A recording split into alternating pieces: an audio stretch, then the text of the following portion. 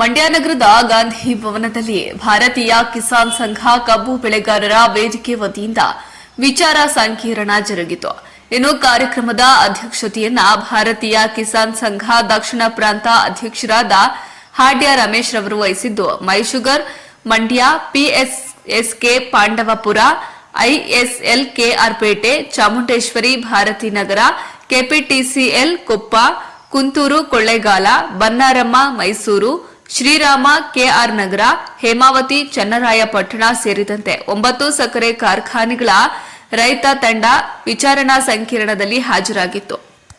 ಇಳುವರಿ ಹೊಂದಿರುವ ಸಕ್ಕರೆ ಕಾರ್ಖಾನೆಗಳಿಗೆ 1% ಇಳುವರಿ ಪ್ರತಿ ಮೆಟ್ರಿಕ್ ಟನ್ಗೆ 355 ಸರಾಸರಿಯಂತೆ ನ್ಯಾಯ ಮತ್ತು ಲಾಭದಾಯಕ ಬೆಲೆಯನ್ನು ಕಡಿಮೆ ಮಾಡುವುದು,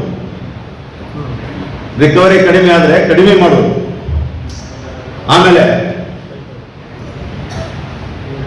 4ನೇ ಪಾಯಿಂಟು 9.50ಕ್ಕೆ ಅಥವಾ 9.50ಕ್ಕಿಂತ ಕಡಿಮೆ ಇಳುವರಿ ಹೊಂದಿದ ಕಾರ್ಖಾನೆಗಳಿಗೆ ಪ್ರತಿ ಮೆಟ್ರಿಕ್ ಟನ್ಗೆ 3,100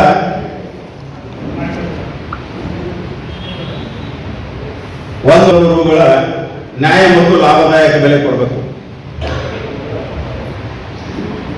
ಇದರೊಳಗೆ ಎಂತ ಅನ್ಯಾಯ ಐತಿ ನೋಡ್ರಿ.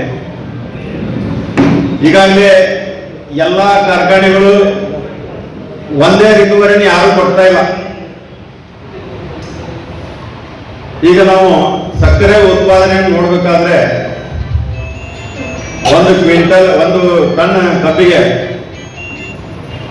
1 ರಿಂದ 1 ಕ್ವಿಂಟಲ್ 10 ಕಿಲೋ ಸಕ್ಕರೆ ಉತ್ಪಾದನೆ ಆಗ್ತಾ ಇದೆ. ಆದ್ರೆ ಈ ಸಕ್ಕರೆ ಅಂಶದ ಆಧಾರದ ಮೇಲೆ ನೋಡ್ಬೇಕಂದ್ರೆ ಒಂದೊಂದು ಫ್ಯಾಕ್ಟರಿಯವರು ಒಂದೊಂದು ತರ